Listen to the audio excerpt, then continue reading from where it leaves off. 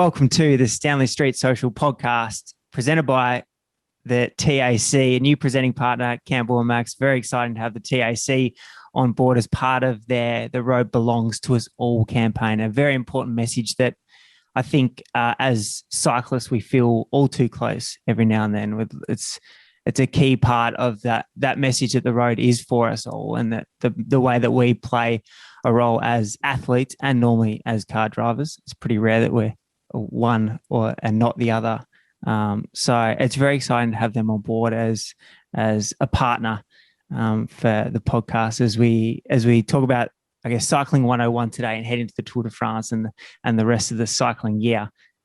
The other good news is, it's just good news off the top, left, right, and center, is that of course our favorite apparel partner, MAP, are still on board with the podcast. They're still producing the best kit in our eyes in the world. I think Max has got you've got some down there, and Campbell's obviously got some MAP kit. They just released their new offcuts range this week, which is the offcuts.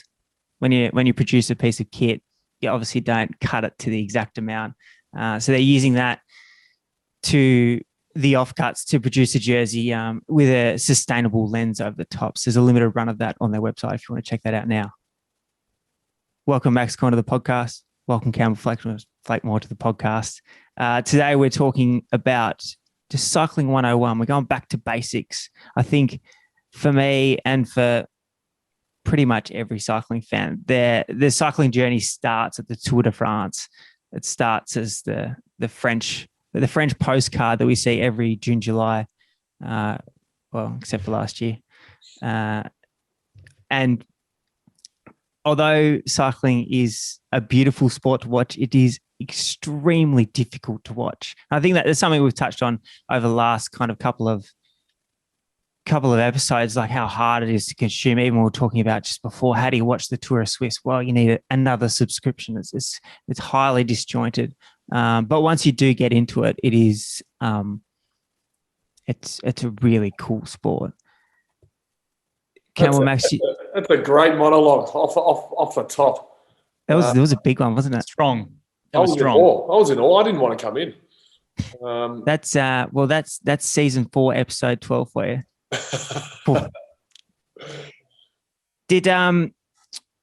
Max, first of all, let's start with the TAC, new sponsor on board. Road is for. How have you found the transition moving from inner Melbourne to down to the beach in terms of your riding experience?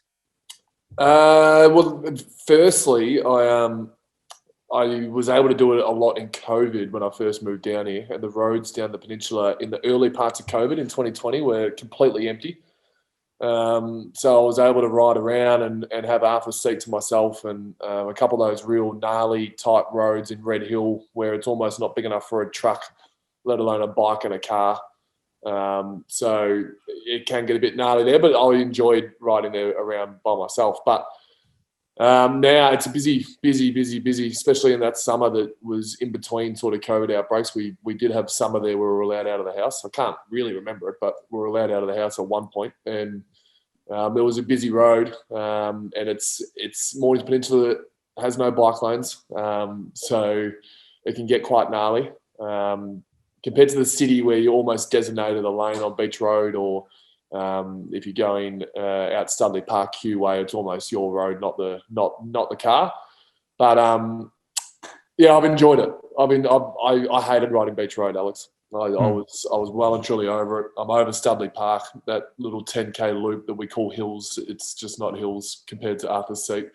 And I'm enjoying these quiet roads. Yeah.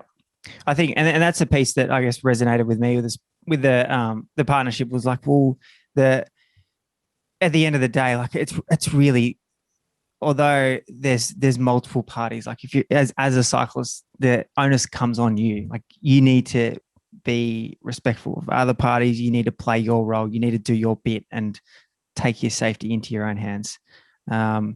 Campbell, on the cycling journey, just I assume you started with Tour de France. Yeah, the first proper memories I have of watching cycling was the Tour de France. I think it was the the 2000. I mean, I vaguely remember Lance Armstrong, but the first stage I remember was I think 6 tour when Linus Gerdemann won the stage, went into the yellow jersey, riding for Team Mobile, I think. So that was my first memory, and I'm sure, like most people that get into the sport, it's via the Tour de France, it's via SBS broadcasting it. So an exciting 3 or 4 weeks coming up for us. Max, the same? Yeah, very similar. Cadell would have been. I mean, I remember a little bit of Lance, only more when he was at Astana, so that was even after Cadell was really at his best. That fight between the Contadors, the Schlecks, I've plural Contadors for no reason there. Contador, Schlecks, and obviously Cadell in that little part. It was great to watch, and Phil Liggett put me to sleep more than anyone else. I'm not saying, sorry, he didn't put me to sleep in terms of he's a bad commentator. His voice was just the voice of an angel, and the amount of times I had SBS on sleep time and trying to go to bed was great. And that's the early memories. And then I've really, almost since our first interview back in Map Studios, were us three.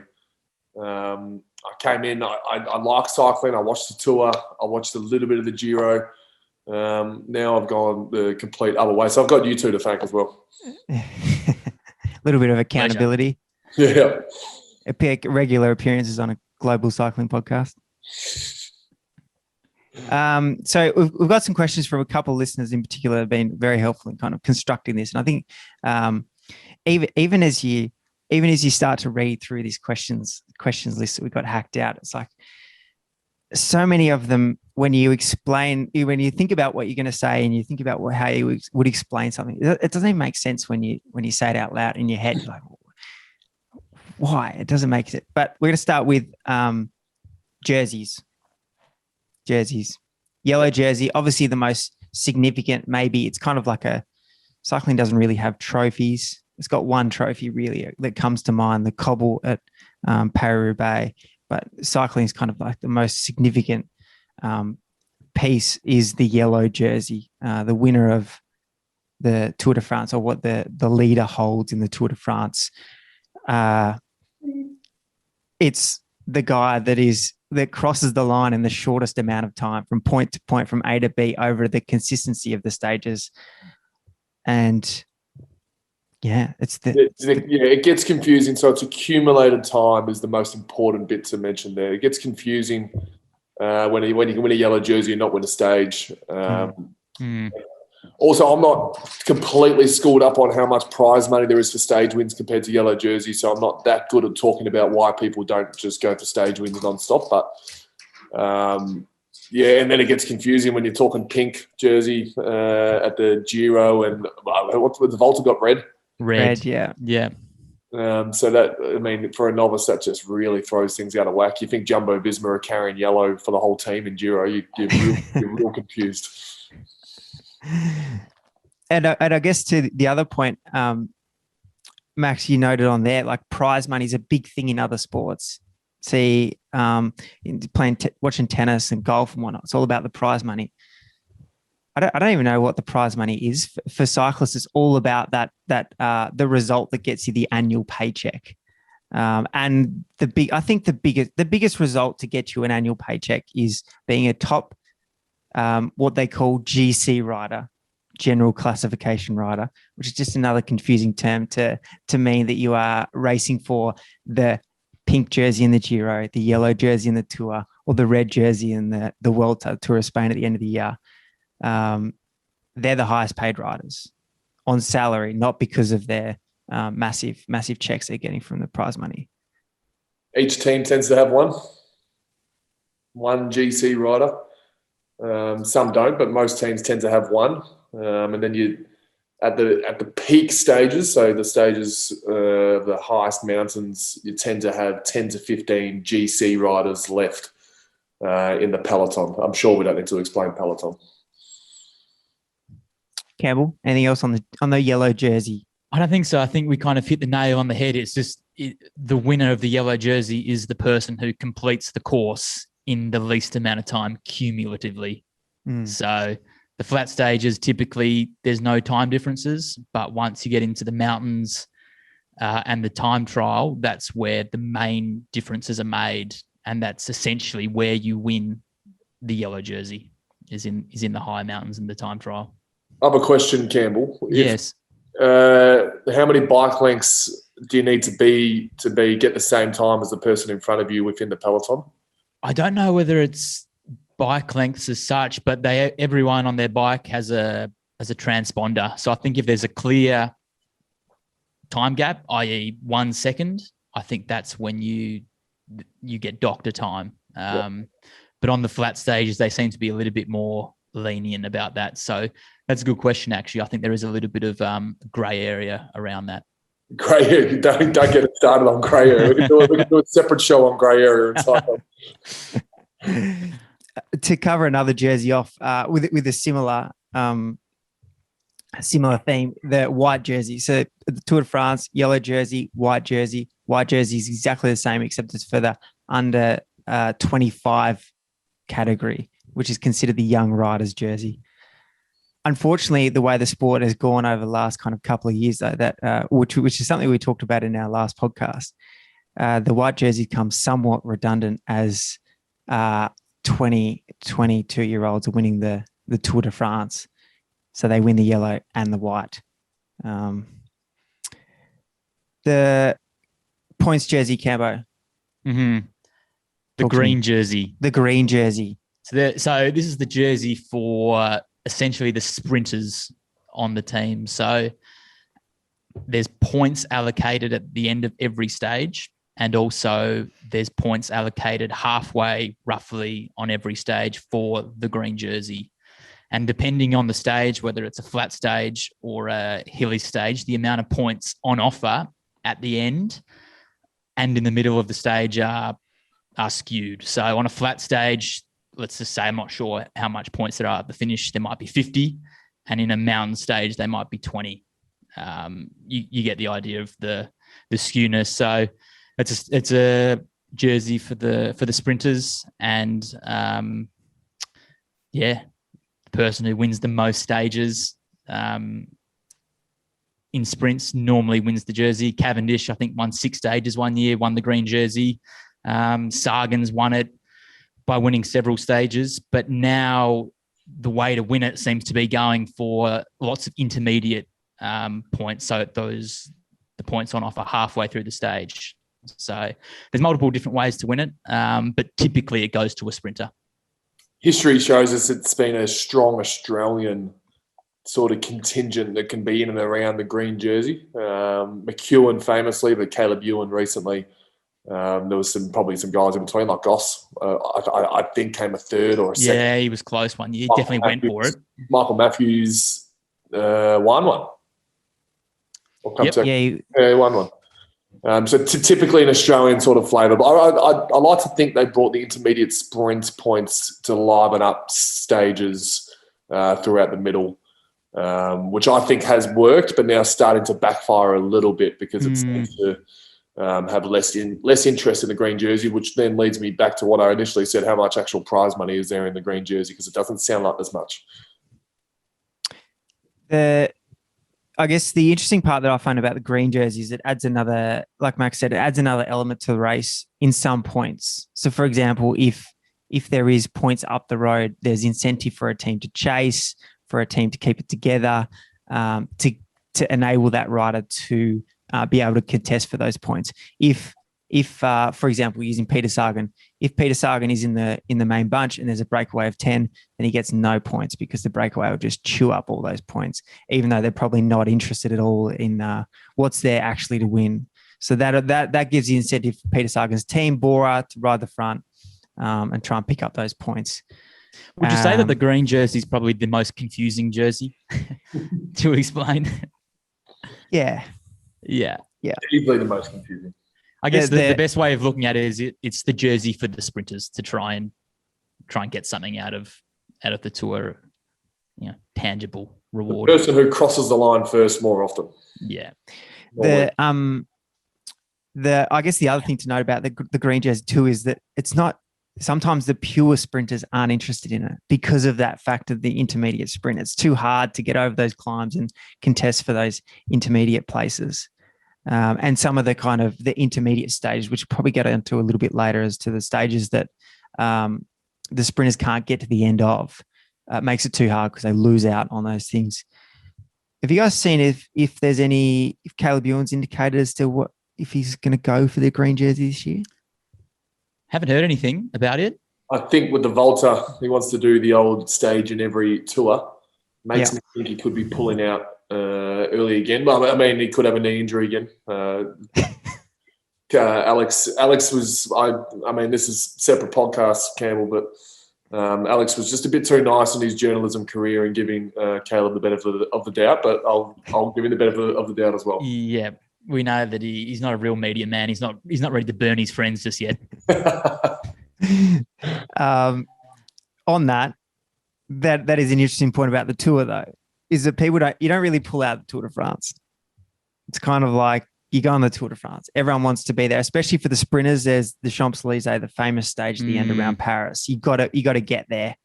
Whereas the Giro, like Max was talking about, the Tour of Italy at the start of the year, there's a little bit more. There's bigger things to do at the end of the year. And if you go through a 3-week Grand Tour like the Giro, it sometimes is tough to perform at the back end of the year. Mm. And there's only about a month between the two, the Tour of Italy and the Tour de France. So it's kind of hard to be competitive at a high level at both events. I don't think anyone's ever won both in the same year, have they? I think Pantani was the last guy to do it in the late 90s, I believe. Yeah. Froome got close a couple of years ago. Yep. And that applies to both, like all kind of riders, sprinters, climbers. You don't normally get through the entire of the Giro and then back up for the Tour. The KOM jersey, the polka dot jersey, the last one, Max. Probably the most famous, I'd say. Oh, the yellow's famous. Yellow's famous, but the polka dot is iconic, isn't it? Yeah. Has been the storyline in many tours in the last 10 years. The Warren Barguil one is the one that I famously remember, where it was actually 4 or 5 guys going for it and they were all French, which makes it quite exciting. But it tends to be it's points at the top of different mountains. Obviously, mountains are scaled from either HC 1, 2, or 3, I believe. Let's say HC would be worth 20 points if you cross the line first. Category 1 climbs would be worth 10, and so on down to 3. It tends to be the guys who were going for the yellow jersey who have a bad first week that end up trying to go for that jersey in the second or third weeks. Yeah, I think it's changed slightly the last couple of years, because I think maybe 10 years ago there was a rider from quite a small team that won the jersey by getting a lot of points early in the tour. I think some of the Category 3 and Category 4 climbs had some significant points on offer. So now I believe that the HC, the hardest category, and the Cat 1s are, there's a lot of points on offer there. So it really is a jersey for the proper climbers. And like Max said, if you fall out of the general classification, there's still a prize there for you to try and attack. But sometimes it can just be a byproduct of a general classification rider winning it. I think at the Tour, it still stands as something worth winning. But every other tour, either Grand Tour or little 1-week tours, the King of the Mountain is almost insignificant. Bit of a token jersey. I wouldn't even be able to tell you who won the Giro d'Italia, King of the Mountain. Oh, no, I can. It was Jeffrey Bouchard, wasn't it? Mm. But only just, as in the memory of it. It's not going to be in your mind in 5 years' time. Jeez, not like the Warren Barguil one in Tour de France 4 or 5 years ago. That was iconic. Yeah. But I think like that's when these jerseys really become important, is when they start racing for them within the race. There's that bigger piece of the overall GC, the stage win, and then within that there's the green jersey, the polka dot jersey, and hopefully one day there might be a race for a white jersey again too. Yeah, I mean, we didn't touch too much on the white, but I still remember the Schleck boys fighting for white. And Yates boys when they were riding it, watching the Mitchelton Scott doco, and hearing the sport directors in the car yelling at the boys to defend white. I don't think that has happened in the last 3 or 4 years. Mm.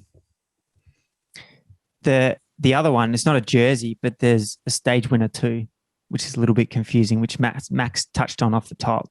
It's not just the winner of the overall, the accumulation of time. There's each day there's a winner, there's a prize to be won.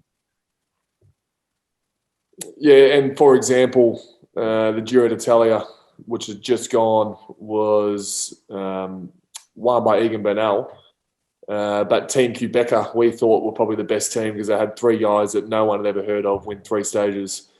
That's probably a bit harsh on Campenas and Nizzolo, but I don't know the other one. So it shows that you can have a successful tour without having a lead GC rider by going for stage wins. Normally won by sprinters in the pancake stages, the flat stages, and then the mystery of the breakaway. Which I'm sure we'll get onto at some point. Yeah, Alex, the breakaway. I'm just going to pass that one over to you when we get to explain the breakaway. Thanks. The types of stages. So you've got a Grand Tour, 21 stages, 2 rest days within it. Sprinters, climbers, hybrid versions of the both, and then the breakaway riders.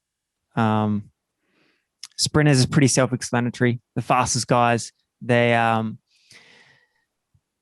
enormous power, super efficient aerodynamics, and normally get looked after all day, just manage. They can do a wild sprint at the end. And then within that, there's the lead out trains of those sprinters. They'll all have, not all of them, but a lot of the big sprinters will have 2 or 3 guys at least allocated to them to guide them to the line, because as we know, a sprint can come so unstuck without that kind of assistance. Anything else on the sprinters?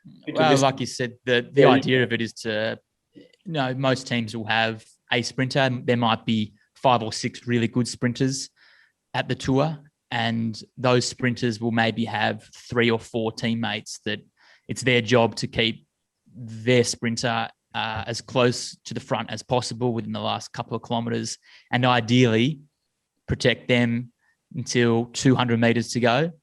And then the sprinter will normally sprint from about 200. So the idea of the teammates is to get their sprinter in the best position as close to the finish line as possible. There is a changing of the guard a little bit with how many people they bring to the tour based purely for the sprinter. I remember early days with Cav. HCC Columbia used to have all 8 riders riding for Cav. FDJ's taken all 8 before for Damar. It's more now they have 2 or 3 riders. Maybe there's a hybrid in there, like a Thomas against the hybrid for Caleb Ewan. But it tends to be just sort of 2 riders. Caleb might have, sometimes they just have 1. Yep. But and then there's also those days when all 8 riders are at the front for Cav. That was, and watching them peel off one by one from all time. Yep. And then maybe arguably the most important one of those riders that they have to allocate towards that sprint is the last one, what they'll call the lead out man, the guy that has to guide them through the most traffic, the most mess. There's riders going everywhere. There's people pulling off. There's people going faster than others, and they're the one that has to take them to that line, because if they aren't there, obviously they're not in the position to sprint. But also they can't be left out in the wind too early.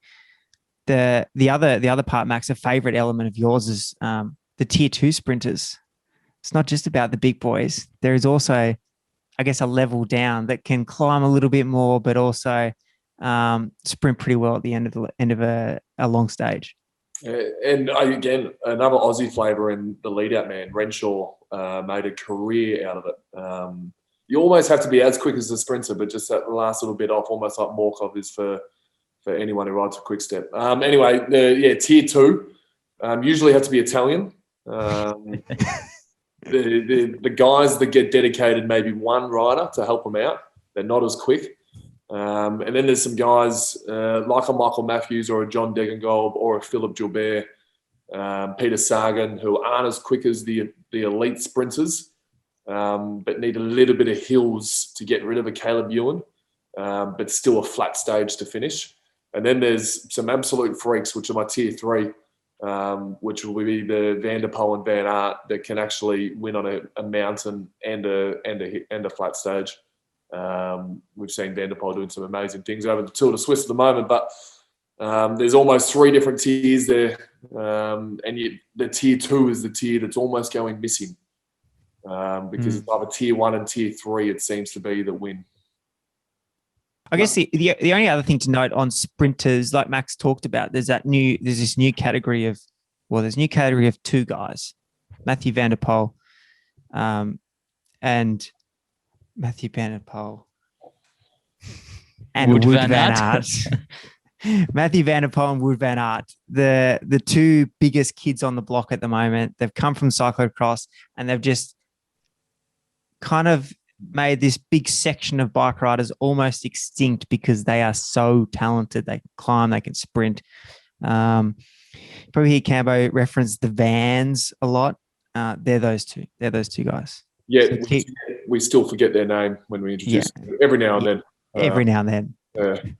There's a few other in that category. I think Tom Pidcock looks like he's going to be in there.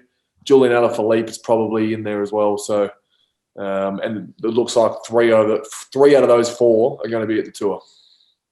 Yep. Going to be some very exciting stages with those 3: Julian Alaphilippe, Mathieu van der Poel, and Wout van Aert.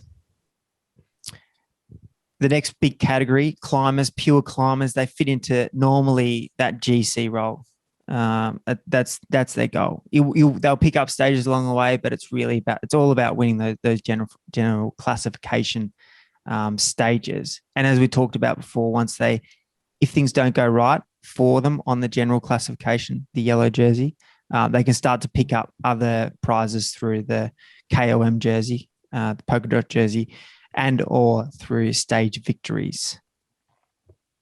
It's well put. You're either a leader or you're a domestique for that leader. There's normally 3 or 4 climbers per each team. And the worse your tour is going, the more likely chance you are to get a chance to go out in a breakaway and try and get some points for the King of the Mountain or try and snag a stage win. The guys that win the yellow jersey are more than just climbers, though, these days. You've got to be pretty much an all-rounder. Besides being able to sprint, you've got to be able to climb well. Obviously, I think it's the most important thing, but you've also got to be able to do a good time trial. You've got to be able to go downhill as well quickly. You've got to be able to be good at positioning, not lose time on flat stages, windy stages. So I feel like the days of pure climbers winning the Tour de France, they could almost be extinct, I think, just with this new crop coming through. I know Egan Bernal might be classified as a pure climber who's just won the Giro, but you need to be, really good as an all-round rider now to win the yellow jersey, I think. Someone's taken a time trial school to Colombia because they're all starting to be able to ride TTs. So even they're probably in that category as well. Is there another couple of categories we missed? There's probably a TT specialist. Which is they can sort of double roll, as we've seen Ghana do. They can win. There's always a time trial within a Grand Tour, sometimes 2. And it's handy to have a TT specialist to go out and attack that stage. And Ghana for Team Ineos is that.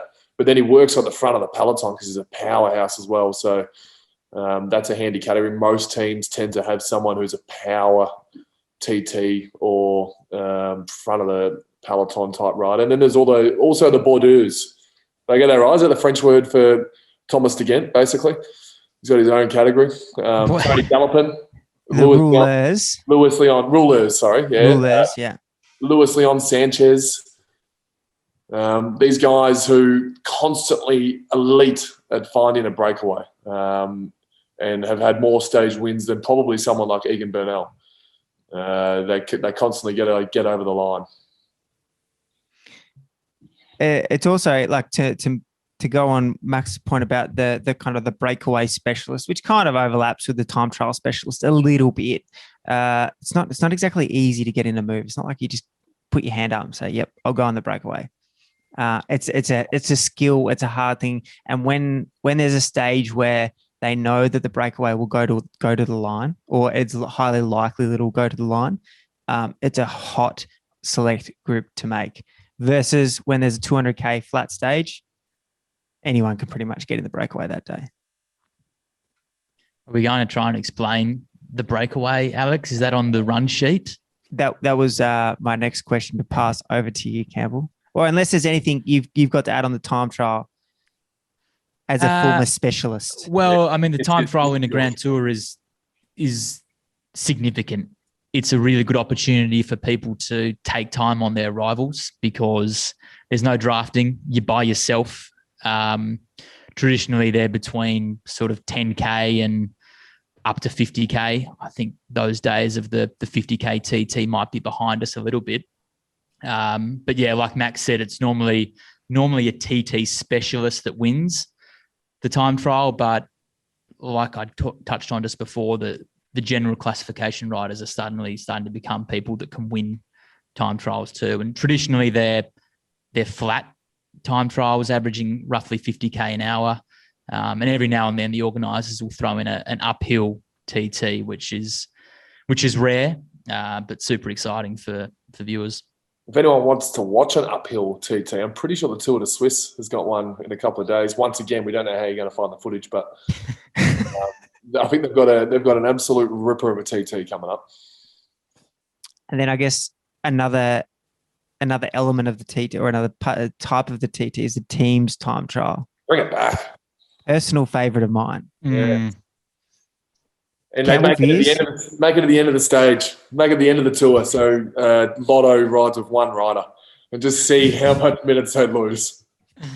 So yeah, team time trial is exactly what it says. It's a time trial within your team. So instead of doing it by yourself, you do it with your 8 other teammates. Time still taken from point A to point B. And normally in the Tour de France, they have it in the first 3 or 4 days to make it as even as possible, with the crashes, with people getting sick, people drop out as the tour goes along. So if they were to have it on stage 17 or stage 18, like Max said, there could be a team doing it with 2 people, which is, awfully unfair. So normally they are in the first 3 or 4 days, but we don't have one at the Tour de France this year. Not as many time gaps in the TT, especially the top 10 teams. Then obviously one of the teams down the bottom that doesn't have as much money in that sort of area can lose maybe a minute, but the top 10 certainly are sort of within the same minute. Yeah. Do we like them? Do we want them back? They're good to watch. Yeah, they're good to watch. I don't think they add much to a tour though. Yeah, I think it's maybe like a nice thing on the first day, 10 kilometers. It's a good showpiece. GC guys aren't going to lose too much time, and it just provides another chance for a team to win a stage. Really, that's all it is. Except in the old days with the Lance Armstrong era, with 60K team time trials with teams losing 10 minutes. But it's also one of the most stressful environments for an athlete. Like, this is team on special equipment that they're not that comfortable on, going full noise against the clock. I guess time trials, that's the other thing to note. They're not races as a group. They're individual. It's just you versus the clock. Campbell, the next point, can you just quickly cover off what the breakaway is, why there's a breakaway, and explain it to everyone, please? Just quickly, please. Yeah, just quickly and just in layman's terms. I'll try and do my best. So the breakaway is normally if you're watching a bike race, it's the small group that isn't the peloton off the front of the race. Normally the riders in this group they're not sprinters. They're not people going for the general classification. They're normally from the smaller teams that don't have a rider for sprints or for general classification. So they're not going to be trying to keep the group together for a sprint or for the general classification. And normally the breakaways are not successful because there are teams that do have a sprinter or that do have a general classification rider that wants the group to finish all together. But every now and then the breakaway does survive. And Yeah, normally they're more successful in week 2 and week 3 when the race has settled a little bit, when the general classification riders know who's who. But normally in the first week on a sprint stage, if you go into a breakaway, it's not going to be likely that you're going to survive. The biggest one I get, Campbell, and I'll ask you a question with this. People always say to me, well, if the break's got 10 minutes on the peloton and Cadell Evans needs 9 minutes to get back in yellow, why didn't he just go in the break? That's a really good question. So the reason why Cadell wouldn't have been able to get into the break is because those other GC riders, their teammates will be seeing, okay, Cadell Evans is going into the breakaway. He is a threat to the general classification for our leader. We're going to chase him when the gap is at 20 seconds and shut it down quickly. Yeah, it's a good question, because why doesn't just people just go on the break and go and get 30 minutes on their rivals? Well, that's where the teammates come into it, and where the team aspect of cycling really comes to the fore. And that's just another really tricky thing to try and explain is how reliant people are on their team in cycling. Max, out of all the things that we've covered so far, is there anything that you can remember from your cycling journey that just stood out as like something you just couldn't understand, something you couldn't wrap your head around? Yeah, I couldn't really understand the whole crossing the line and then starting the next day all together. And then the point that we probably haven't covered off is almost a sag wagon, the people right out the back. And for example, in a TT, you see the TT specialist, then you see 15 GC guys in a row in the placings. Then you see just this massive time gap to about 100 riders who just gave up on the TT. And that's one thing that I always found confusing is there's literally only 10 people riding for every stage, and the other 170 riders there are doing a roll. And then once their roll's done, they'll park it, they'll put their hand up and they'll ride tempo all the way into the line. And then they don't get handicapped the next day. They're starting the next day exactly where the guy with the yellow jersey is starting. And I guess that plays to the breakaway conversation that Campbell explained before, is that if you don't have to finish with the main guys. If you finish within the time cut, which is another thing, the time limit. That goes in the grey area podcast. That's the grey area podcast.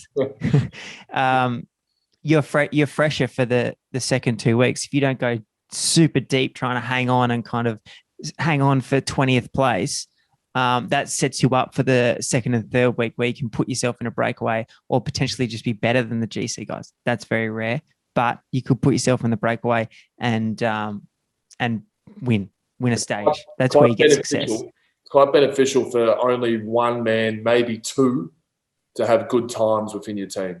So then the other 6, I think it's 8 riders now, the other 6 are quite flexible with what they can do within breakaways, pelotons, tactical-wise.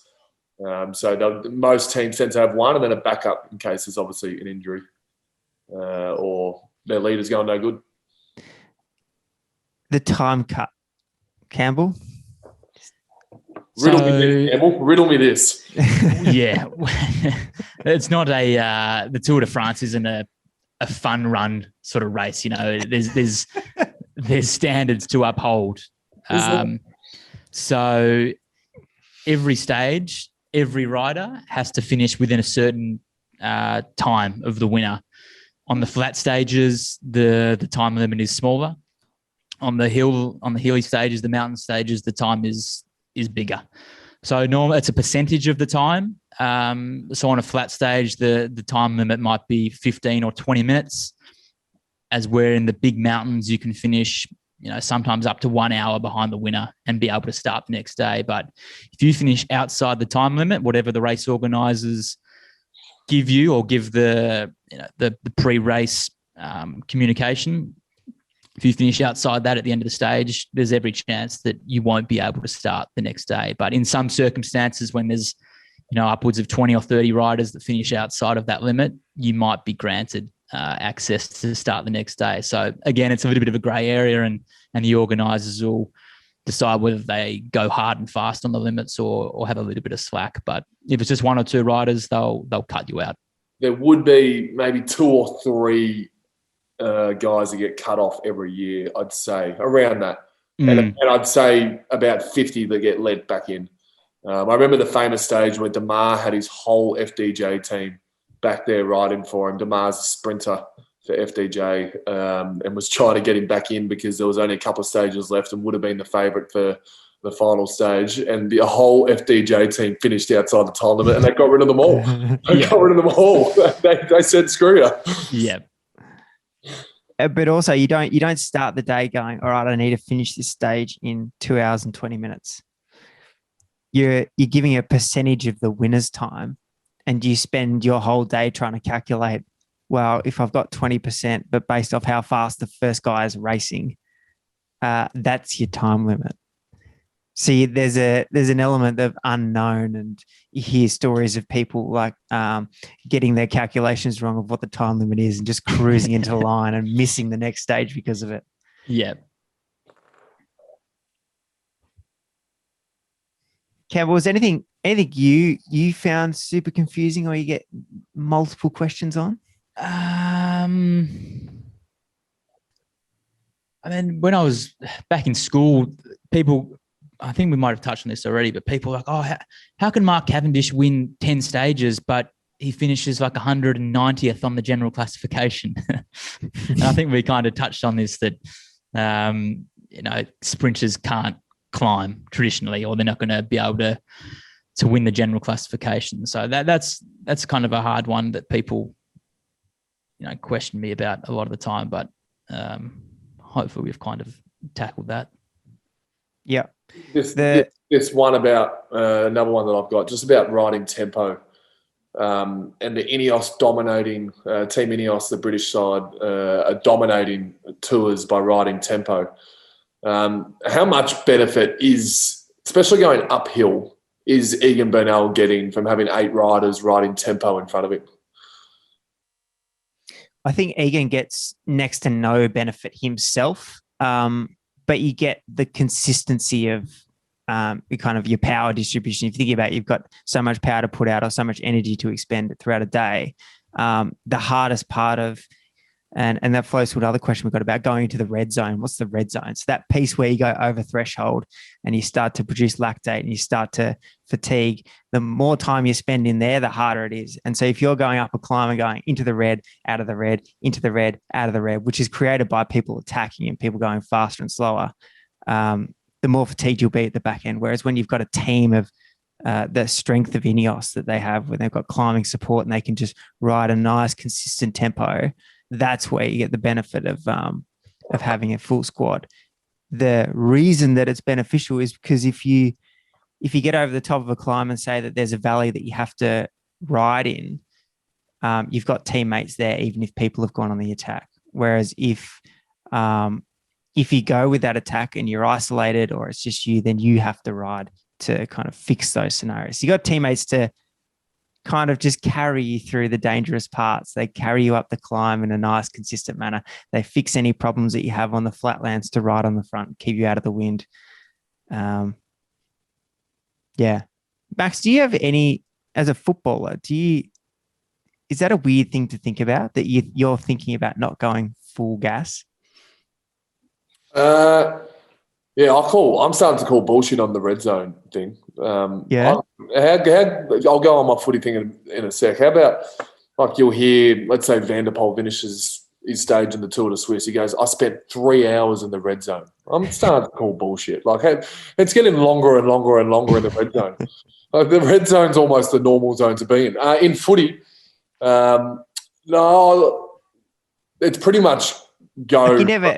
No, it's go from minute 1 to minute 120, but there's so much stopping and so much time in between goals and a little bit of time on the bench and time when the ball's nowhere near you.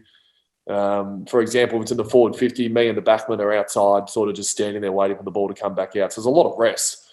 But, yeah, there's sort of no stopping once you're on as well, though. Mm. Well, there's that weird scenario where, like, it's not like you're not going to go hard at the ball. When are you going to go, I might just go 75% here to keep myself for when I need to go at the ball in the last quarter. Whereas that's kind of what they're doing. Where if a rider attacks, and they go, no, I've got my two teammates here. They're going to carry me up this climb. You're kind of just going, no, I'm going to let him go.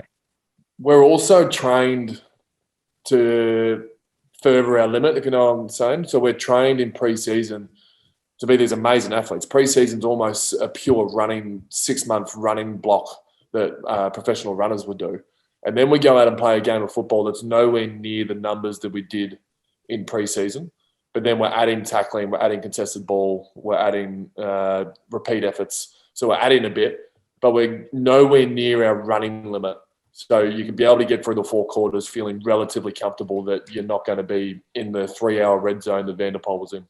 I think that's also another good point on what Ineos have been able to do is they've been able to do what they do in training, which is ride at a consistent, really high power, but not in the red zone. They've been able to train at that and then be able to put that into a race. Previously on the last climb of a stage, there'd just be attacks left, right, and center, and you can't really train properly for that, but you can train as a team to ride at a certain power and then be able to put that into race day. So yeah, that's probably another thing about the Ineos train. If you we pay a champion data, an ex-champion data guy at our club. He's now full-time, works at Melbourne. So he looks at every stat, every flow, game momentums. He knows everything about football and not marks kicks. They're not stats that they really care about. There's so many other stats. And he's paid extremely well. I dare say the guys who count the numbers in the cycling industry would be paid very well. They're pretty much the key men. And I mean, I've just watched that Movistar doco, which is it's a great watch watching Movistar just blow up. So season 2 is even better than season 1. I didn't think it could get better, but it did. And every time they finish a race, all they do is they talk in numbers. They go, I was doing 320. You see, he was doing 370. You see, he was doing 380. Like, it's just so much numbers. And that's not what we see when we watch Phil Liggett and Matthew Keenan commentate the tour. We see the chateaus and the beautiful parts of the tour and a little bit about what we talked about in the first half an hour. But if you went into the cycling world, everything is numbers. It's all numbers. Yep. And there's one number that I guess is identified as the most important number, especially when we're talking about climb, which is your power to weight, how much power you're putting out, how much you weigh, in turn, how fast you got to climb. Yeah. That's the one that they go mad for.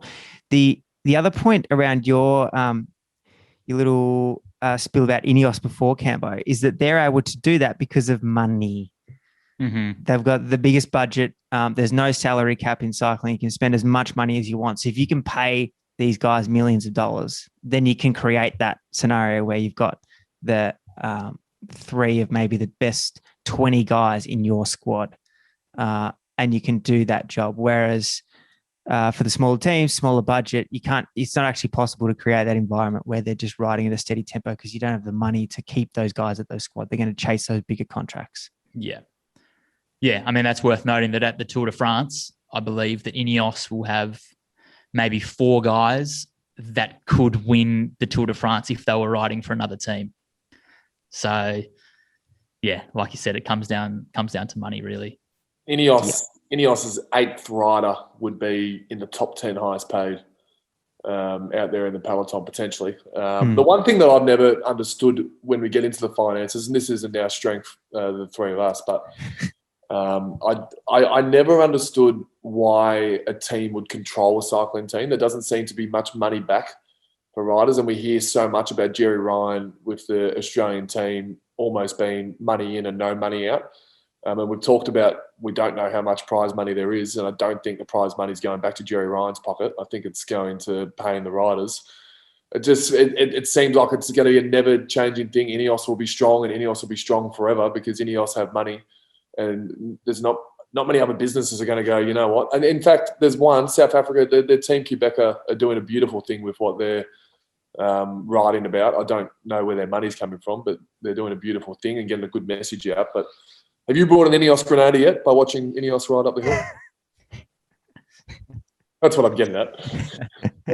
No, it makes sense. And the sport is kind of, you can chop it up into kind of 2 halves. There's an individual that loves the sport, Jerry Ryan, that's willing to donate a ridiculous amount of money for next to no return. He puts his donation. It is donation. He puts a Jayco badge on there, but I don't know how many caravans he sold from it. He paid for Campbell and my cycling career. He's just a super generous guy, and loves the sport. He gets to go to the tour each year. I guess when you get to that level of wealth, that's what you can do. And then another one is Jim Radcliffe, the Ineos owner, who's trying to sell Grenadiers. They might get a little bit of marketing benefit out of it, but really it's donated cash. But there is a few teams that have companies behind that, but it's a pretty hard argument for the amount of money that they have to invest, for the amount of awareness that they get from it. The math doesn't add up. There's no footballers are paid through TV rights, and the TV rights go to the UCI. I'm pretty sure, or like the Tour de France. Whoever watches the Tour de France goes to the Tour de France company. I'm not sure what they call themselves, but so there's no money going back to the riders, no money going back to the teams. For example, football club get 30%, footballers get 25%, the players get 25%, community get about 20%. So it's a much better organisation how it flows out. Cycling players are paid pretty much by Jerry Ryan, and all the money goes to the big hitters at UCI or Tour de France or Giro d'Italia. Yeah, so there's one company, ASO, that own the Tour de France. You own the Tour de France, pretty much own the sport. You can do whatever you want because you own the Tour de France, and there's no chop. And I think the biggest part that the sport misses out on, that you touched on there before, Max, is that there's no 20% that's invested in the youth or the younger teams or the Devo teams. They're still run on the same wicket. The team that Campbell and myself rode for was run by Andrew Christie Johnson and Steve Price, two guys in Hobart, donating their time, donating their money just to run a cycling team. So there's nothing from any end of the spectrum that's reinvested at the bottom. But they still managed to put on this massive event every year. There's massive paychecks flying around the World Tour ranks, and there's another Tour de France. I guess that also covers another question we got around: why do they vary courses each year? Why is it a different course each year? Cash, because each town you pay via the bike race to come through your town. It's pretty much an advertisement. It's a TV ad that you see stage 2 through town X. They show the amazing chateau, and everyone goes, "I'm going to go on holiday there." I remember when the Olympic torch came through my town in Sydney for the Sydney 2000 and made its way. I was living in Langwarrin, actually down near Frankston, and I remember the Olympic torch coming down Langy Cranbourne Road, being run down, and we were one of the towns. I don't think you had to buy it then. I think we bidded for the torch to come through our town. I'm presuming it's something similar on a much, much, much bigger scale. Yeah. I mean, back in the day, it did used to be the Tour de France, where they'd sort of go around the perimeter of France. But now if you look at some routes that, they might only go through like a quarter or a third of France. So yeah, it just comes down to who's got the most money. And obviously there's the iconic climbs that feature in the Tour, pretty much every year, and towns that feature every year. But for the most part, it comes down to dollars and cents. So to get from stage to stage, I've always been asked, and early on, I just thought they started where they finished. Good point. Sometimes there's little buses, sometimes there's even airfares to get across, but rarely do they start from the same town, because once again, I'm presuming that's a much bigger budget for the town to be able to get a finish and a start. It's a good point, Max. People think, they finish in this town and they start there the next day. Sometimes there might be a 3-hour bus ride after the stage or before the stage, which just adds to the fatigue. And normally the airfares that you're talking about, they might be on a rest day where they might have to fly from the south to the north or something like that. But that's a really good point that people don't understand, is that the amount of travel that's involved on the bus after riding 200 Ks in 35-degree heat, which just adds to the drama of the Tour de France, which people don't get to see. There's no hotel on top of the Tourmalet. I know from experience. I've ridden up the Tourmalet. It leads to another one, which you probably won't go into, but the logistics around organising a race Some do it. The Tour de France do it the best, and they are the best at it. I mean, I went to the Volta, and people didn't even know where they were going once they crossed the finish line. Yeah, it's an absolute circus. The Spanish guys are hilarious. They just draw the finish line, and once you get over it, you go go find an Airbnb or something.